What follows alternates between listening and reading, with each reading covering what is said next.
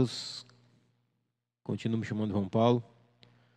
Sou um discípulo do Senhor, vivendo aí a restauração.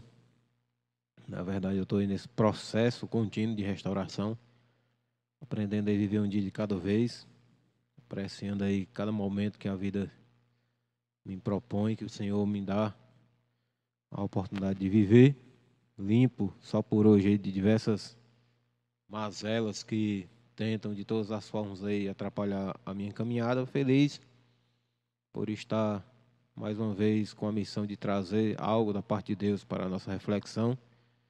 E desde já eu quero desejar uma boa noite a todos que estão aí nos assistindo através do YouTube e também cumprimentar cada um de vocês com a graça e a paz do nosso Senhor Jesus Cristo. Amém? Estamos trabalhando aí um tema muito bom aos domingos, que é sobre família, né? Família restaurada, família equilibrada, família aí dentro do propósito de Deus.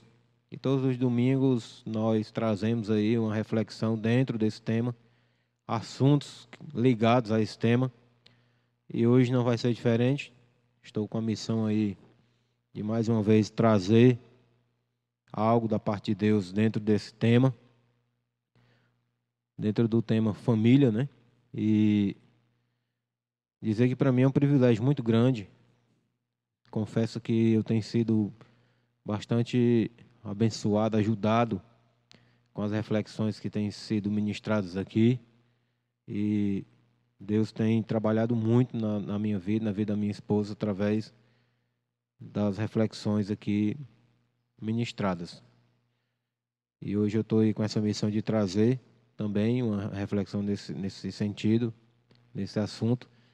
Assunto esse que tem nos desafiado. Na verdade, não é fácil viver em família, não é fácil viver a dois, falando aqui especificamente de casais. Não é fácil se manter unidos, felizes, dentro de um mesmo local, de uma mesma casa, dormir junto, acordar junto, viver aí os desafios juntos, não é fácil. E tudo isso porque quando nós nos casamos, trazemos aí a nossa história junto. E é exatamente sobre isso que eu quero falar hoje. Quero falar sobre a convivência, né, do casal, a maneira como o casal vive dentro da sua casa, pois é uma preocupação, tendo em vista que a maneira como eu vivo hoje com a minha esposa refletirá, com certeza, na maneira como o meu filho e os meus filhos, aliás, vão viver com os seus cônjuges. Então, aumenta a minha responsabilidade não só como servo de Deus, de viver algo que Deus realmente se agrade, mas também como a missão que eu tenho de transmitir para os meus filhos o real sentido do que é um casamento, do que é uma vida em família. Mas tudo isso por quê? Porque a Maria não é o nome da minha esposa, né? O nome da minha esposa é Jussiara. Maria é o nome de um personagem aqui que eu vou usar para falar aqui um pouco aqui sobre, fazer aqui uma breve introdução do tema que eu quero trazer hoje. A Maria, ela viveu dentro da casa dela, com os seus pais, e ela foi uma menina muito judiada do pai. O pai era muito ignorante, muito bruto, e cobrava muito ela e judiava muito dela dentro da casa dela. E não só isso, mas Maria viveu e cresceu dentro dessa casa, vendo constantemente o seu pai maltratar a sua mãe e por muitas vezes agredi-la. E a sua mãe, por muitas vezes, falando com ela sobre as frustrações do casamento, sobre o desgaste que um casamento traria. E a Maria cresceu com esse pensamento de que homem não presta, homem é algo sem futuro, casamento é algo sem futuro. E isso é uma realidade. Apesar de eu estar aqui usando aqui um personagem, mas eu já conversei com muitas pessoas que desacreditaram dessa instituição dessa instituição constituída por Deus, tão sagrada que é a família. Eu já falei aqui em outras ministrações que essa instituição foi criada pelo próprio Deus. Foi Deus que criou a família no Jardim do Éden a partir de Adão e Eva. Então, não é algo novo, não é algo ideológico, não é algo governamental, é algo simplesmente divino. É algo que nasceu no coração de Deus. Porém, Maria cresceu nesse contexto de ver esse lar totalmente disfuncional e viveu com um pai complicado e vendo ali um relacionamento complicado dentro de toda a sua história. E Maria sempre com o pensamento de sair de dentro de casa, e sempre com o desejo de viver a sua própria vida, pois já não aguentava mais as brigas constantes do seu pai e da sua mãe. Já do outro lado da rua, tinha o João. E o João cresceu vendo o seu pai ter diversas companheiras e a sua mãe brigando com o seu pai exatamente por esse assunto. E não somente isso, mas ele cresceu com a mãe bem presente na sua vida e o pai trabalhava o dia todo e a mãe ficava o dia inteiro com ele dentro de casa e pedia para ele fazer as coisas. E por muitas vezes ele tentava dar o melhor dele, mas a sua mãe, que não era uma pessoa equilibrada, ficava menosprezando ele, ficava cobrando demais dele, além do que ele tinha condições de fazer. Muitas vezes ela chamava ele de imprestável, chamava ele de incompetente. E isso foi gerando no João um sentimento de inferioridade, um sentimento de desgaste, um sentimento de desprezo, pois ele entendia que a sua mãe não o amava o quanto ele gostaria que amasse. Ele não se sentia realizado dentro da sua casa. Via o seu pai trabalhando muito e totalmente ausente. E a única referência de mulher que ele tinha era a sua mãe. E a sua mãe colocou um fardo muito pesado nele, uma cobrança absurda, tornando o João um cara altamente traumatizado nessa área feminina. E o que aconteceu? O que aconteceu foi que anos depois, João conhece Maria em um evento na cidade, começam a se relacionar e poucos anos depois, algum tempo depois, eles resolvem se casar. E Maria entra dentro desse relacionamento com o pensamento de que o homem não presta, de que o homem é ignorante, de que o homem é bruto, de que o homem maltrata e que não merece ela se doar por um homem assim, já que a referência de homem que ela tinha era o seu pai. Por outro lado, o João entra nesse relacionamento completamente desacreditado, se achando incapaz de manter um relacionamento, se achando incapaz de levar uma vida familiar adiante, pois cresceu ouvindo da sua mãe que ele era um incapaz, era um imprestável, era um Zé Ninguém. E os dois começam a viver nesse contexto. E Maria, que via que tinha no pensamento de como não prestava para nada, começou a maltratar João, porque via em João a imagem de seu pai. E João, por outro lado, que tinha essa imagem negativa da mulher, transmitida pela sua mãe, começou a ignorar Maria e achar que não valia a pena viver com Maria, tendo em vista que Maria somente o menosprezava. O resultado disso é que os dois começaram a viver um inferno dentro das suas casas, dentro da sua casa, aliás. E pouco tempo depois vieram os filhos, e os filhos viveram nesse contexto também. E mais na frente os filhos também se casaram e tiveram também lares totalmente destruídos por falta de referência. Então, amados, observe que isso é muito assustador, pois hoje as pessoas não querem mais casar, não querem mais constituir família, porque tem na mente de que família não presta, porque infelizmente a maioria das famílias que nós conhecemos hoje vive nesse contexto, de homens e mulheres totalmente traumatizados pelo seu passado, às vezes pelos seus pais, mas às vezes por relacionamentos também que não foram tão legais assim, e de repente eles decidem viver suas vidas a dois, carregando aí essas bagagens, esses pensamentos. E o mais assustador é que esses pensamentos ganham espaço nas suas casas, nas suas famílias, e conseguem destruir lares. E hoje nós vimos lares totalmente destruídos. Não sei se vocês lembram, mas um dia desse nós trouxemos um vídeo aqui no YouTube, no qual ministrei sobre divórcio, o número assustador de divórcios que o Brasil tem, e envolvendo inclusive cristãos. E tudo isso por quê? Exatamente por conta do que eu falei aqui, através dessa introdução, dessa pequena historinha, usando aqui o exemplo de João e Maria, que tiveram aí, foram doutrinados para o casamento de maneira errada e começaram já um casamento totalmente falido, terminando assim em um casamento infeliz, um casamento sem esperança, um casamento desgastante. E se não se divorciarem, provavelmente eles vão viver infelizes o resto das suas vidas. Porém, eu trouxe aqui um texto bíblico que vai nos ajudar a mudar esse quadro, já que nós temos a Bíblia como a maior referência da nossa vida, como a maior regra de fé e prática já existente para um cristão caminhar. É um texto muito conhecido, que fica lá em Romanos capítulo 12, versículos 1 e 2, que diz: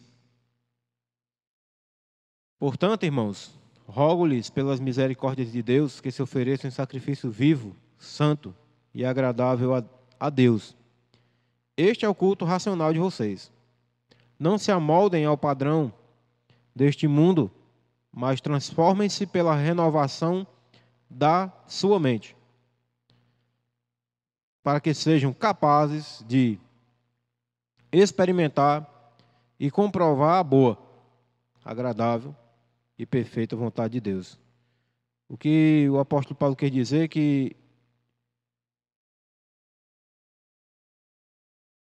não imitem a conduta e os costumes deste mundo, mas seja cada um uma nova pessoa, uma pessoa diferente, uma pessoa nova, mostrando uma sadia renovação em tudo quanto faz e pensa. E assim vocês aprenderão de experiência própria como os caminhos de Deus realmente satisfazem vocês. Ou seja, o que o apóstolo Paulo propõe nesse momento aqui é uma renovação da mente. Ou seja, iniciar um processo de transformação, de renovação. Por quê? Porque entrou João e Maria no relacionamento totalmente traumatizados, totalmente sobrecarregados de pensamentos negativos, de pensamentos distorcidos sobre o que é uma família, sobre o que é um casal, sobre o que é um relacionamento. A referência de relacionamento que eles tinham era dos seus pais, ou de vizinhos, ou de pessoas do seu convívio, pessoas que tinham aí as suas vidas aí totalmente conturbadas e entraram aí nesse casamento com esses pensamentos. E o apóstolo Paulo faz aqui essa proposta de nós nos deixar renovar nossa mente, ou seja, ser transformado por Cristo, renovado por Cristo. Mas algo me chama a atenção aqui, no versículo 1, quando ele fala de sacrifício. Isso significa o quê? Que não é algo simples. Não é uma mágica que acontece que vai transformar a minha mente. Mas realmente requer de mim um sacrifício, uma dedicação. Eu trouxe aqui algo mais explicado para a gente refletir hoje, extraído aqui do Dicionário Brasileiro da Língua Portuguesa, o Michaelis, que atribui a palavra renovada, entre outros, o seguinte significado: tornar-se novamente como se fosse novo, ou modificar-se para melhor, substituir algo por coisa nova, por uma coisa mais nova, adequar-se aos dias de hoje, atualizar-se. Isso aqui, do ponto de vista literário, já que foi extraído de um dicionário. Ao ler o versículo que nós citamos, nós percebemos o sentido do termo renovação como o ato ou o efeito de se renovar, ou seja, de tornar novo, de fazer algo novo, viver algo novo. Relacionadamente, envolve os significados acima, que eu acabei de citar. No entanto, o que é renovar a mente no ponto de vista do Evangelho. Porque o que foi citado aqui foi no ponto de vista literário. Mas no ponto de vista evangélico, se tratando do Evangelho, a proposta do Evangelho para a nossa vida, o que é que significa renovar a minha mente? A renovação da mente não se trata de zerar as experiências vividas. Algumas pessoas vivem aí um desequilíbrio de achar que quando eu me converto, quando eu entro para a igreja, pronto, zerou a minha vida ali, nada do que eu fiz para trás vai refletir ou vai ter algum efeito na minha vida hoje. Mentira. Todas as minhas experiências, todos os meus traumas vão agir diretamente no que eu sou hoje. Isso é inevitável. Não tem como eu passar a minha vida toda comendo comida gordurosa, massa, tudo e tal, e de repente eu me tornar uma pessoa obesa, e simplesmente porque eu decidi agora ser magro, da noite para o dia eu dormir e acordar magro, porque aconteceu ali uma transformação no meu corpo, porque eu decidi ser magro e aquilo que eu fiz no passado não significa mais nada. Não é assim. Se eu sou um gordo, uma pessoa gorda, e eu decido ser magro, o que é que eu vou fazer? Eu vou começar aqui agora um processo de renovação, de transformação. Vou começar a tirar da minha vida tudo aquilo que me tornou gordo lá atrás. Vou começar agora a adquirir novos alimentos, mudança de hábito alimentar. Se isso não acontecer, é bem possível que eu não fique magro. É bem possível que eu continue gordo. Uma pessoa acima do peso. Então, renovar a mente não significa que agora eu vou zerar minhas experiências. Mas o que é que acontece? O próprio texto bíblico fala que de não se amoldar ao padrão do mundo ao redor. É um processo de transformação, de dar um novo sentido à vida, de ter uma nova visão do mundo. Agora, a partir de um novo paradigma, o do reino de Jesus Cristo, ou seja, agora eu tenho um alvo, tenho um foco, eu tenho um sentido na minha vida, aí propiciando a possibilidade de experimentar a vontade de Deus na experiência humana. Todas as pessoas são desafiadas a provar deste processo de renovação. Ou seja, se eu decido me renovar, se eu decido me transformar, então agora eu tenho que entrar nesse processo. Ou eu entro no processo, ou eu continuo do jeito que eu estou. Agora tem um detalhe, eu não vou continuar do jeito que eu estou. Eu vou piorar. Porque a tendência de alguém que já está debilitado, de alguém que já está comprometido aí com alguma deficiência, é que se não se cuidar, piora a situação. Se eu adquirir uma enfermidade crônica, o que é que vai acontecer? Se eu não me cuidar, eu vou acabar morrendo. E no nosso casamento, na nossa vida a dois, na nossa família, a mesma coisa. Se eu identifico algo que está arruinando a minha convivência, dificultando a minha convivência, ou eu decido renovar aquilo ali, ou eu decido transformar aquilo ali, ou então eu posso contar com um desgaste ou com um final totalmente diferente do que aquilo que eu planejei lá atrás, quando eu me casei e disse sim para minha esposa. Então, ou eu transformo a minha mente, ou eu renovo o meu modo de pensar, ou então eu posso contar como certo as ruínas do meu relacionamento, tá certo? E renovar a mente requer de mim a disposição de estudar a Bíblia. Porque nela eu posso encontrar as coisas novas e coisas antigas. Foi isso que Jesus afirmou depois de contar uma série de parábolas. Pois isso quer dizer que todo mestre da lei que se torna discípulo do reino do céu é como um pai de família que tira do seu depósito coisas novas e coisas velhas. Isso aqui foi um trecho citado em Mateus 13:52, quando ele fala para a multidão, em um dos seus ensinamentos, falando que qualquer um, mestre da lei, que se torna um discípulo de Jesus Cristo, o que é que ele vai fazer?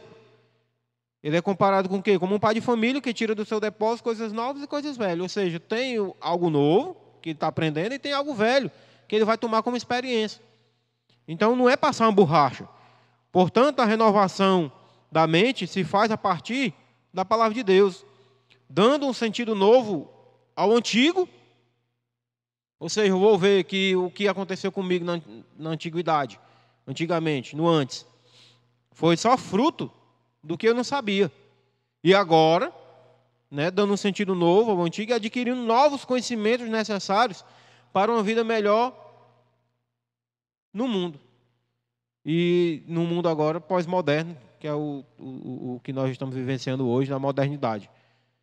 Que inclusive está aí matando aí as futuras gerações e destruindo aí as famílias.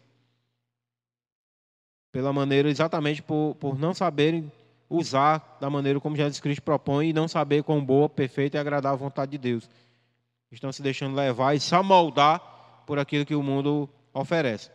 Portanto, nós aprendemos até aqui que temos as nossas dificuldades, temos nossos traumas, tivemos as nossas experiências.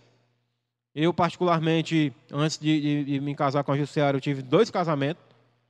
Então, eu não só tinha adquirido os traumas familiares, mas adquiri traumas também de relacionamento. Então eu entrei nesse relacionamento com a minha esposa totalmente destroçado, no que se diz respeito a sentimento, a pensamento, enfim. Eu não tinha esperança de viver uma vida legal, afetivamente falando. Então, uma das primeiras coisas que eu pensei quando eu me converti, e eu me converti num momento muito crítico da minha vida, e inclusive da vida conjugal, foi exatamente isso. Como é que eu ia fazer para anular aquilo que tinha acontecido na minha vida? Porque esse era o meu pensamento. Eu achava que aquilo que eu tinha vivido, pronto, estava esquecido, não ia mais refletir. Muito pelo contrário. Os meus traumas e as minhas experiências catastróficas refletiram poderosamente no meu relacionamento atual. E foi somente a partir da renovação da mente, a partir do momento que eu comecei a mudar o meu modo de ver as coisas, de enxergar as coisas, foi que começou a se renovar. E 11 anos depois, agora que nós estamos começando a viver algo diferente, a realmente buscar algo palpável no sentido de relacionamento conjugal, tendo em vista que foram anos, tanto da minha parte como da parte dela, de relacionamentos frustrados, de comportamentos destrutivos, e tudo isso interferiu diretamente no nosso relacionamento a 2. Porém, eu trouxe aqui 4 pontos que eu quero discorrer aqui rapidamente com os amados que estão nos assistindo, sobre a renovação da mente. Por quê? Porque, tudo bem, João Paulo, eu entendi que eu tenho que renovar minha mente. Eu me identifico aí que eu estou vivendo aí um casamento aí complicado. E eu já entendi que eu também tenho meus traumas. E eu já entendi também que eu tenho que renovar a minha mente. Porém, como? E eu queria trazer aqui 4 pontos para a gente discorrer, para nos ajudar nesse processo de renovação da mente, tá certo? Primeiro ponto é o arrependimento dos seus pecados, ou dos meus pecados, né? E isso é indiscutivelmente o primeiro passo para a transformação. Por quê? Porque se eu não reconhecer que eu tenho aquilo ali, jamais eu vou agir e dar o próximo passo para poder transformar aquilo que eu identifiquei que é prejudicial. Por exemplo, eu citei aqui agora há pouco o exemplo da pessoa obesa, acima do peso, e uma pessoa jamais vai